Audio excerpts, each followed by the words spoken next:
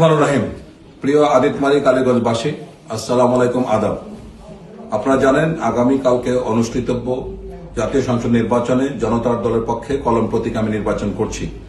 আমাদের জনপ্রিয়তা দেখে ঈর্ষান্বিত হয়ে কোন কোন দল, বিশেষ করে জাতীয়তাবাদী দলের পক্ষে সামাজিক যোগাযোগ মাধ্যমে আমি তাকে সমর্থন দিয়েছি, তার প্রার্থীকে এরকম কিছু অপপ্রচার চালানো হচ্ছে।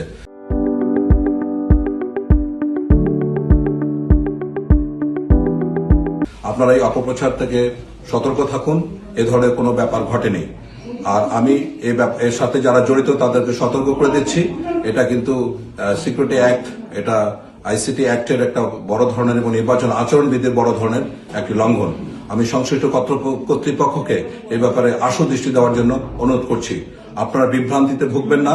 আপনারা কালকে উৎসাহ নিয়ে, সাহস নিয়ে আপনারা আমাদের পক্ষে সংগঠিত হবেন এবং কলম মার্কা প্রতীকে ভোট দিবেন বলে আমি আপনাদের কাছে আশা রাখছি। ধন্যবাদ।